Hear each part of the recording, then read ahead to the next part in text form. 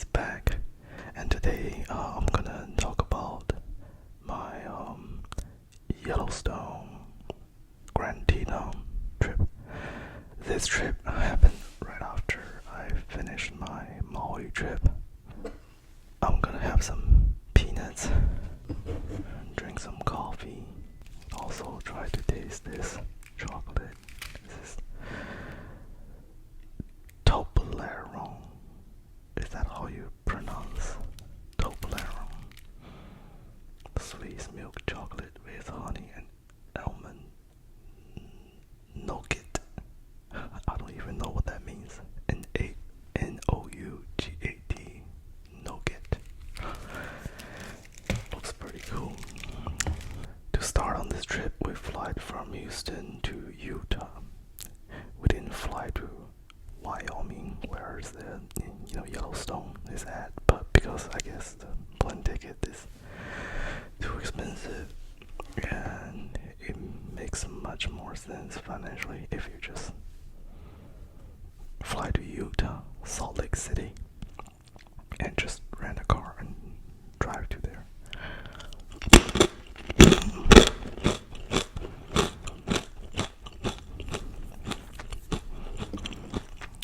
This is peanuts covered with flour coating. So when we got to Utah, it's already almost in the 1 o'clock in the afternoon. So we eat lunch at a restaurant called Lucky 13. Before I fly to Utah, I kind of searched what's so special. What is the special food in Utah? Because I've never been there before. And it says online that Utah is famous for its fry sauce, and also famous for its pastrami burger. And this restaurant has both. So I was like, okay, might as well go with this one.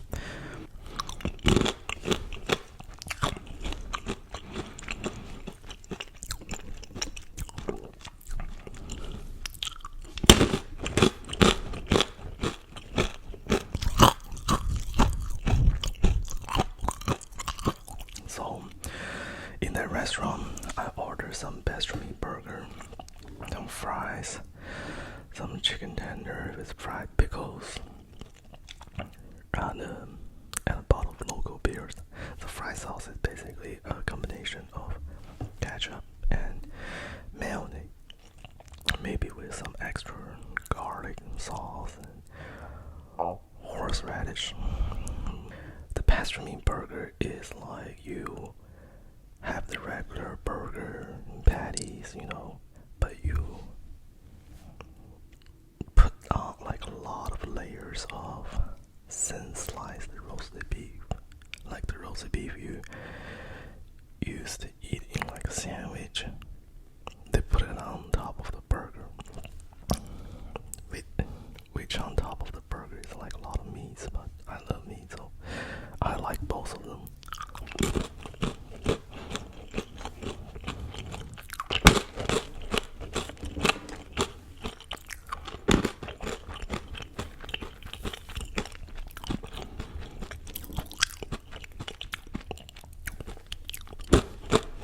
The restaurant though is smaller than I thought,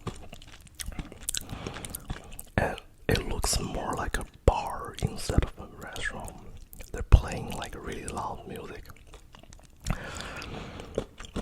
and it's really noisy. I mean, since we reserved online, we get seated right away, but the service was quite slow. We know what we're gonna order. We placed the order right away, but it took them like 30 minutes to bring the food. Maybe they're short-handed on the day. After that, we drove all the way to Wyoming. Yeah, much that's all for the day. We woke up from the hotel the next day, and it was snowing, which is pretty surprising, you know. It's like end of May. I mean, Texas was blazing hot, so we're kind of surprised to see like snowing in Wyoming. And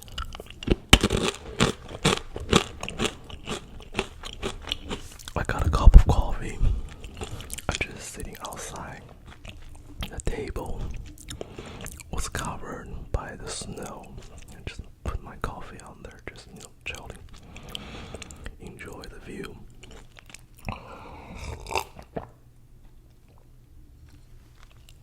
It was a pretty cozy morning.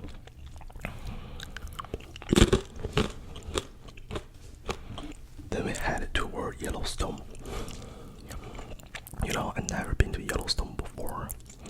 Always heard about it. Like, even in middle school, our school has like field trips, for the advanced class, not for me. Like advanced class, the teacher took them to Yellowstone for like a field trip or whatever. Maybe, that helped them learning like geography, stuff like that. So always heard about it. But it's all the way far in Wyoming, never had a chance to go there. So it's definitely on my bucket list. But I don't really know what Yellowstone is about until I actually got there. Because I thought it was about like the view. Maybe the view, the scenario is really pretty. Yes, yes, it is. The view is pretty, but Yellowstone is all about the geyser. What is a geyser? It's a hot spring. It's a hot spring. It's flat on the ground, has a hole, and beneath it has hot water. Not like hot water, hot mineral water. That's, I think, very acidic and very, very hot. Sometimes it erupts because of the pressure inside of Earth, I guess. And there are a lot of them all over Yellowstone. And that's like the remarkable view, the signature view of Yellowstone, I guess. And when we got to Yellowstone, the weather got even colder. Like it was snowing, and dude, I'm from Texas. I didn't bring that many like thick layer clothes because I didn't expect to be that cold. But shit, it was cold. And when it's cold, you wanna go pee, and it's inside the park. It's kind of you can't pee anywhere you want. To find like a restroom spot, you have to drive some distance. That was a hassle at first, but I got used to it. No big deal. But we just drove, kind of like circling around the park, and visited like several different spots of the geyser, and it was pretty fun. Some of the view, I definitely never seen in my life. So it's definitely a remarkable impression for me.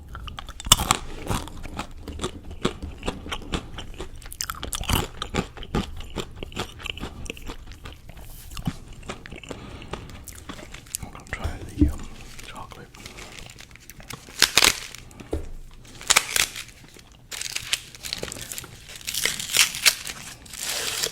But you know what? If I'm going with my son,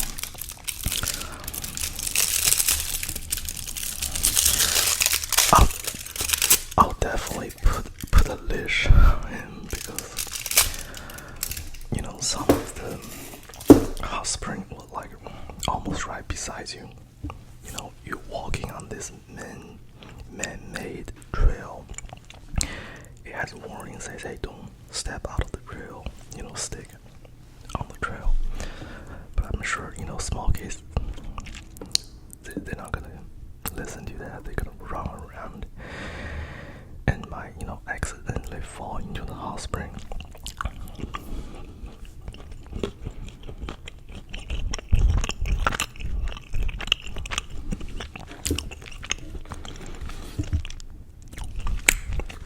Tastes pretty good. Actually, there have been several incidents where the little kids, not watched by their parents, accidentally fell into the geyser, and it's almost like an instant death from them, which is very sad.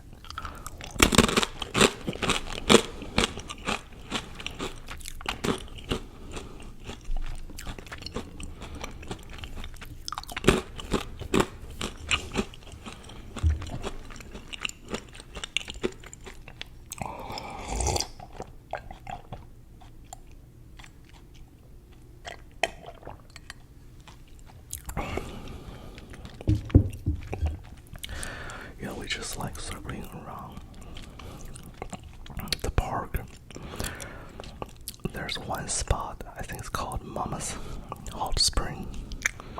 It's like the spring water just like flows on top of the rock. The rock is kind of like goldish color. At least under the sun, it's like a goldish color. And with that spring flows on top of it,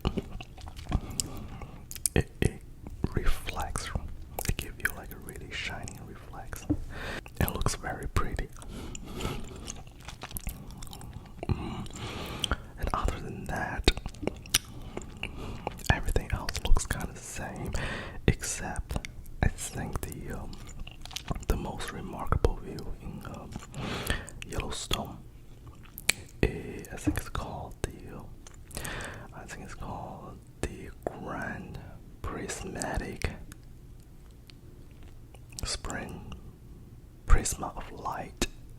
Basically, it's a geyser, but because of the texture and the color of the stone and rock beneath it, it reflects into like multiple colors, like brown, blue, green.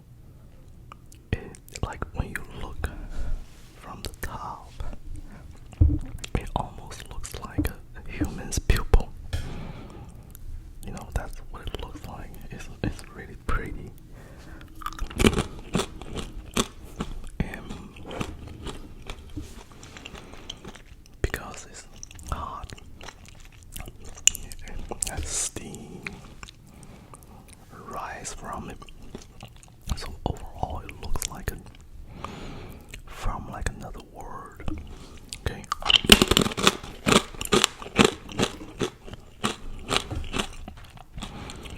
When you visit that, you're supposed to be very careful to stay absolutely within the trail, because actually stepping around the geyser is very dangerous, because the earth, the floor around the geyser is not that firm. It might collapse when you step on it if you're too heavy or something like that. So it's almost like common sense not to get down, and they have like plenty of warnings saying do not step off the trail. Guess what? There's an old dude, old Chinese dude, not give a fuck. He just jumped right off the trail and starting taking picture right at the geyser, like right beside him. How do I know he's Chinese?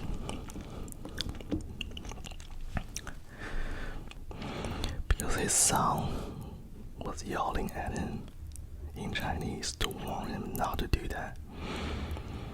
Well, before even that, people like other tourists saw him doing that and they were in shock, including me. I was like, what the fuck is that dude doing? That's so dangerous.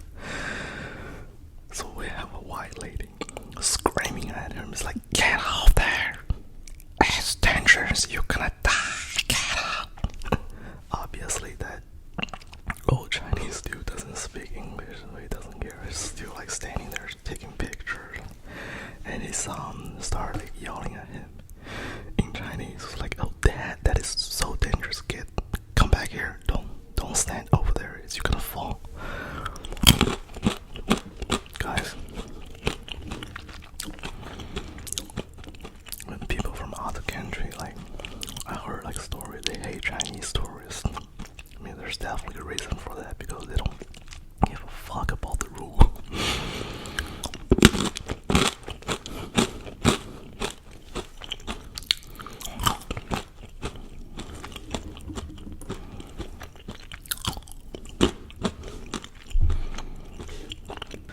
So yeah, I couldn't finish the video because I have to go to work. But the first thing I came back, I'm getting right back onto finishing this video. We drive along the park and we saw a lot of animals.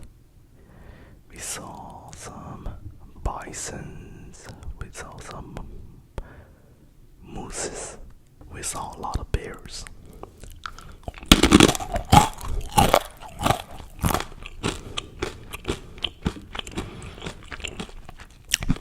Because whenever you drive along the park, you're suddenly stopping. You know somebody ahead of you spotted an animal. That's always the case.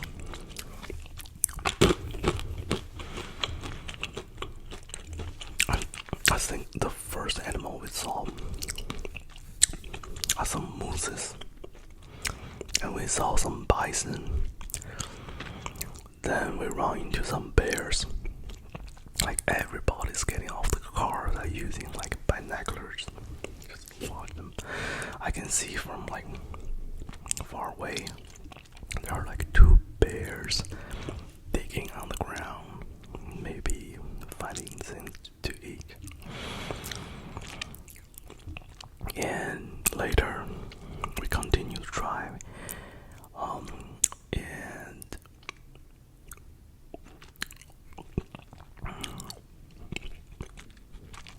we run into a huge traffic, like it's barely moving at all. And we're wondering like, what kind of animal did they see? And guess what? It's actually a group of bisons came out of nowhere and just crossing the road. They actually got on the road and just walking on the road. So they blocked all the traffics behind it. And I guess everybody, just being so courteous, nobody hit the horn to push them away or anything. Everybody just, let them take their time, driving right behind them very slowly. And I happened to drive like past them at one point, and it was like the coolest thing ever. Like, I guess they've seen like so many cars in their life that they're not panicking at all when they see a whole bunch of cars. They just mind their own business. Okay, they're just walking slowly, chilling.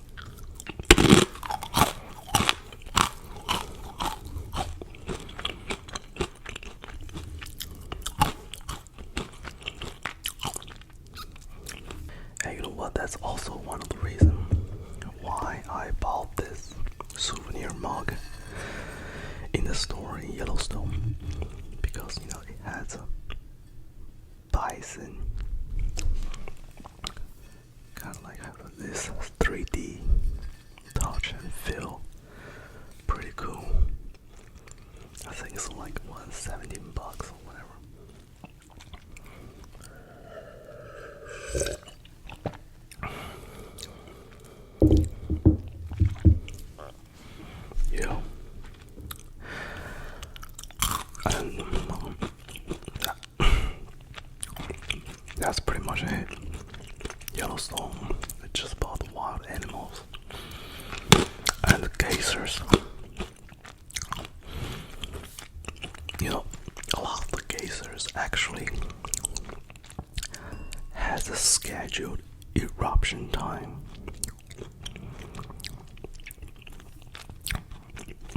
guess you can check the which geyser is gonna about to like erupt at which certain time.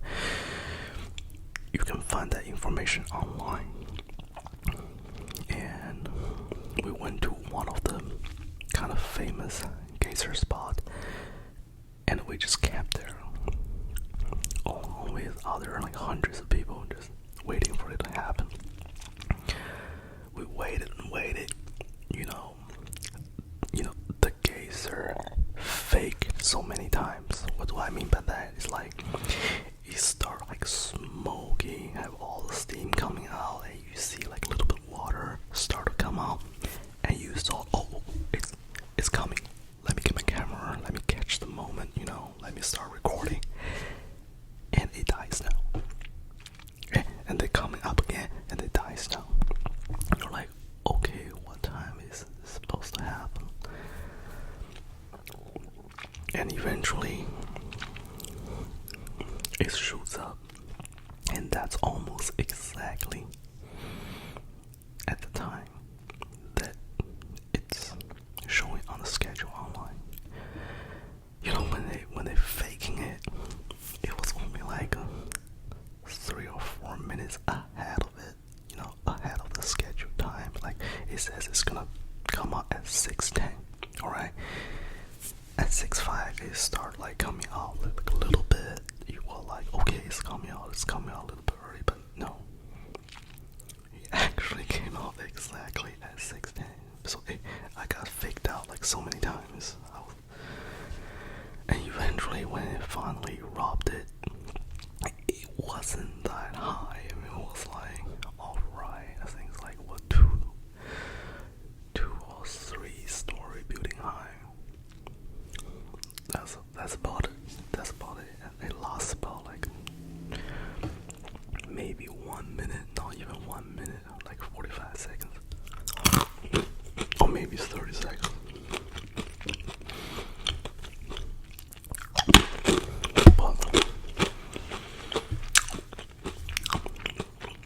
Still, it's a cool experience. That's about it for Yellowstone. The next day, we drove directly to Grand Teton, because I guess they're both in Wyoming and they're close together. So when we scheduled the vacation, we kind of like, okay, it's a good time to go visit both parks. When we first got into the park, the road is kind of crappy. It's very bumpy, and there's like holes on the ground. Good for us, we rent the vehicle. So we're driving like 50 miles an hour, driving super slow. And we saw cars like coming toward us. They're driving very slow too. And one of the cars suddenly just kind of like rolled down their window and just started waving at us. Got our attention and just like pointing to the right side of us. And we turned our head. It was like, oh shit, there was like huge brown bear. How to say that? Maybe call it a grizzly bear. They're huge. And they're just crawling slowly right beside the vehicle. And we got a clear shot of it with the camera. Yeah. And they lost for like 5 to 6 seconds before he just disappeared in the trees. And that's the closest, I guess, experience we had with bears. Compared to Yellowstone, where you see them like far, far away. That's the first time I've been so close to a bear without any protections. The zoo doesn't count. Yeah, that's pretty cool. And we drove further, and we hit the parking lot.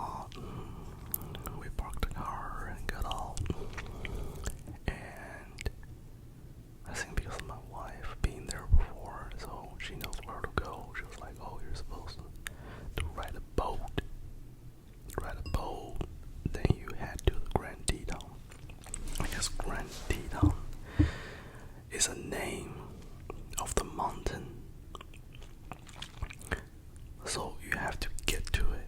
There's a lake separate between the mountain and the land. So we ride the boat.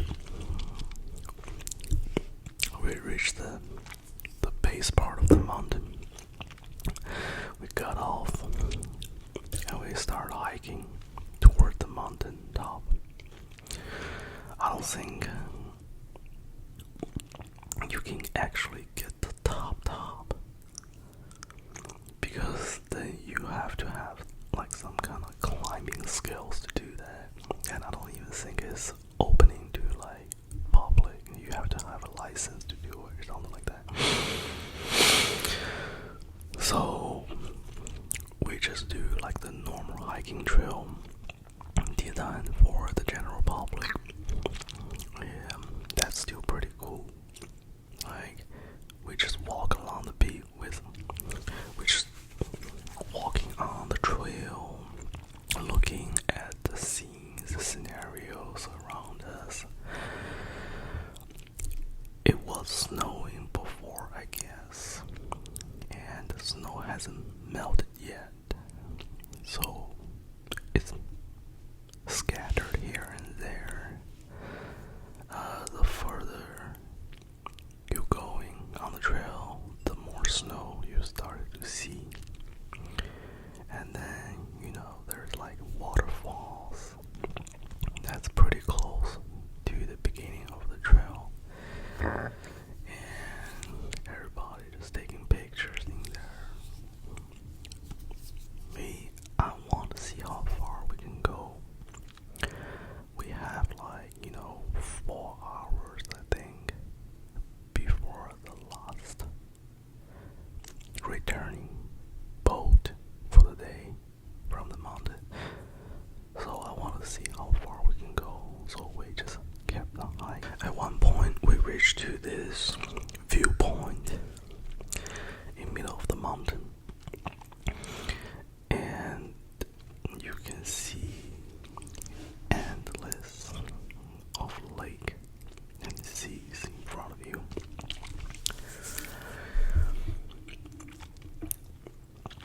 And this is the moment I found out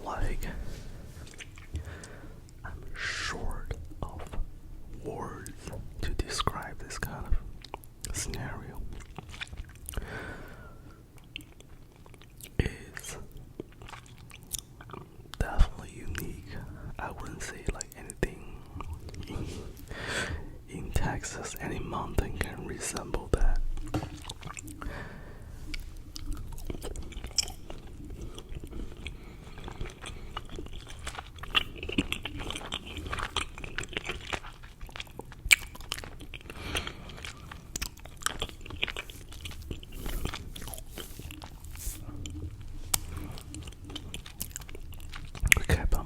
We kept on climbing higher and higher in the mountain, and the trail got steeper and steeper. And there's more waters, muddy waters. And there's more muddy waters and muddy snows, making the hiking more and more difficult. Then we look at the time and think, okay, maybe it's time to head back. And when we got back to the dock, ready to get on the boat, go back, we just realized everybody decided to go back at the same time. So the line waiting to get on the boat was super long. It wasn't like circling around on the mountain. We waited at least an hour and 30 minutes in line. So we saw 3 boats kept coming, going, kept coming, leaving, kept coming, leaving, because they can only get 20 person at a time.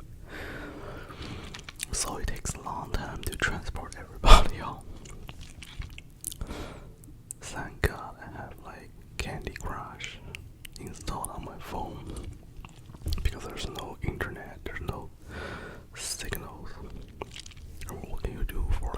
than 30 minutes. Most people are just chatting with people around them, you know. But I'm antisocial. I don't talk to nobody. So I have to. Thank God we have like Candy Crush installed. We just play the heck out of it. And that's pretty much for Grand Teton. Grand Teton's pretty cool, you know. And also, oh, and also on the way back, because you know that's late afternoon, the weather got colder. It's cold, and we're exhausted from the half-day hiking. So we know we want something nice for dinner that night. We decided to go to one of the local Mexican restaurants. Pretty famous. I think it's called Three Little Pigs. The restaurant's decoration is like a cartoonish drawing, like comical, in a comical style of pigs with other animals. They personalize the pigs, make them, you know, looks like human, behaving like human. I guess that's what it makes it look so fun. Those kind of pictures are all around the restaurant, and the food is absolutely amazing. And once again, I ordered too much. I got this like special nachos with a special queso sauce. I think it has like hamburger meat and sausage inside of it. It is so good. I also ordered fajitas, beef fajitas, and also I ordered some tacos, enchiladas, and some local beers. And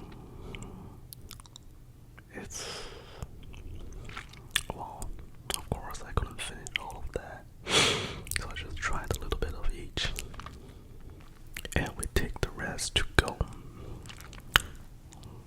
But it was absolutely delicious. I wish I can have it one more time. And that's pretty much for my day with Grand Teton. I think out of my three trips for that vacation, it is the one that's impressed me the most. It's the one that surprised me the most. I guess because I didn't know anything about Yellowstone and Grand Teton, so everything is plus. I didn't have much expectation of it, but the views are very, very pretty. Well, the next day we are supposed to fly back home, but because the flight is in the late afternoon, that means we have pretty much all morning for ourselves. Well, we have to drive from Wyoming to Utah, and my wife, for being super amazing, booked me a very nice lunch at this upscale Italian restaurant, because that day is my birthday. So a great thank you very much for my dear wife for treating me so well. I really appreciate it.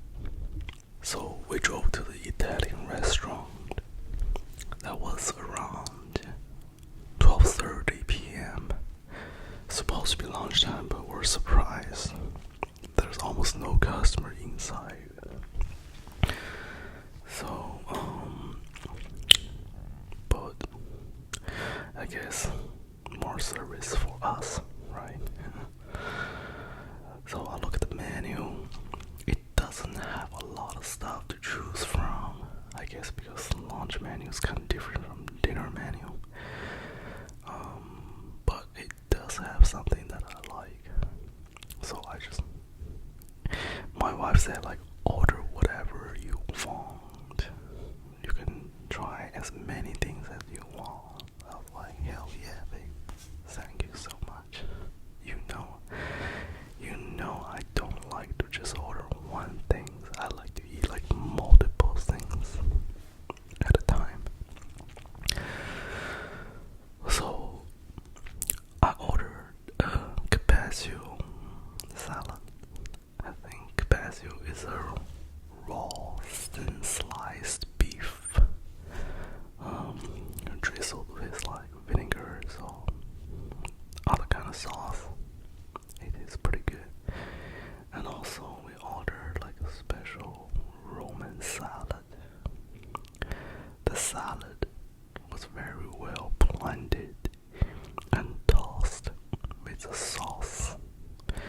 I think it's just like a regular buttermilk ranch sauce, but I hate how it was served in most of the restaurants where they have, give you a plate and pack the plate with salad and put the dressing on a little cup besides it and expect you to,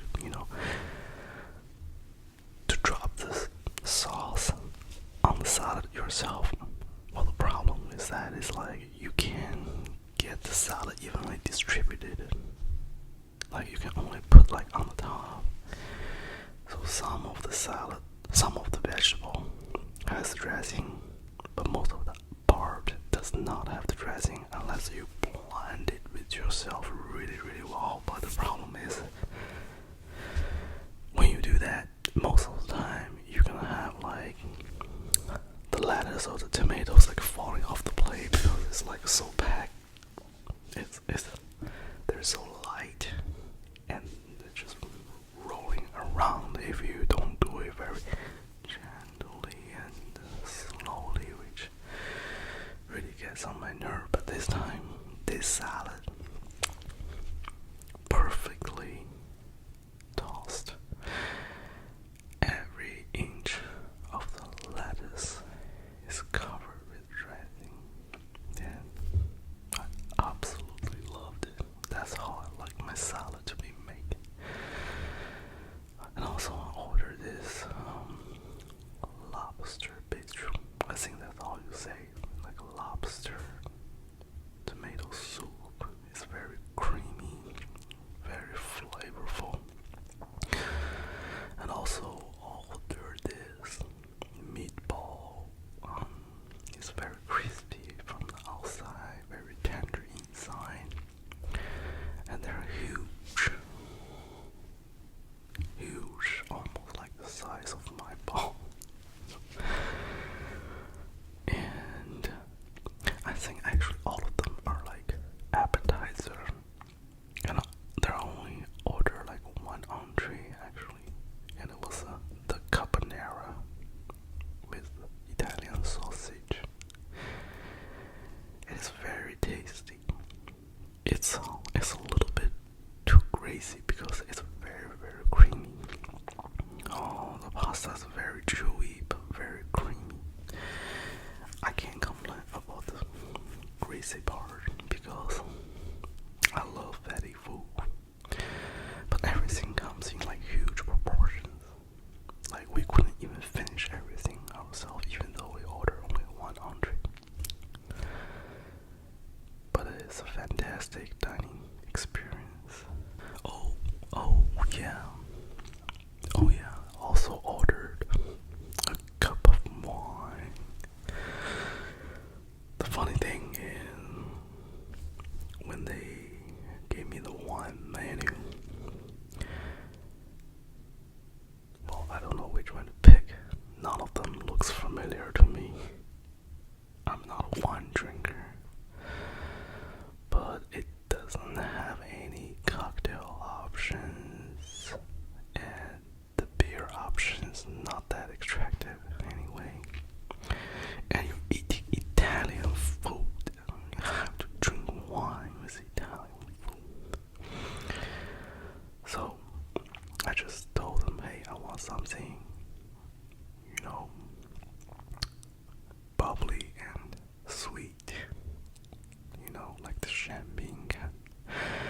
the champagne kind of flavors.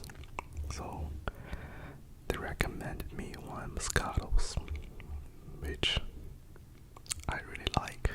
It tastes like almost like beverage. It's very sweet. Also, you can taste the alcohol inside of it. That's how I like my wine. So I was drinking it and just having a good time. Even got a little bit drunk. I don't know, it's from the alcohol or it's from the love from my wife. But yeah, overall it's a very nice experience. I think it's like 4 days only, but there's so many things to think about when I recall the memory. And that day, we fly back to Houston. We got there around like 6 or 7 in the evening, and I get to have this big tasty birthday cake with my family, with my son and my parents. And my wife not only booked me this lunch at this Italian restaurant, she also ordered a cake for me delivered from the store to my home. And it was a very tasty cake too. Yeah, I was a happy man that day. Cannot ask anything else anymore. So, this is my second trip of my 3-week vacation. I'm doing this not only for ASMR purpose.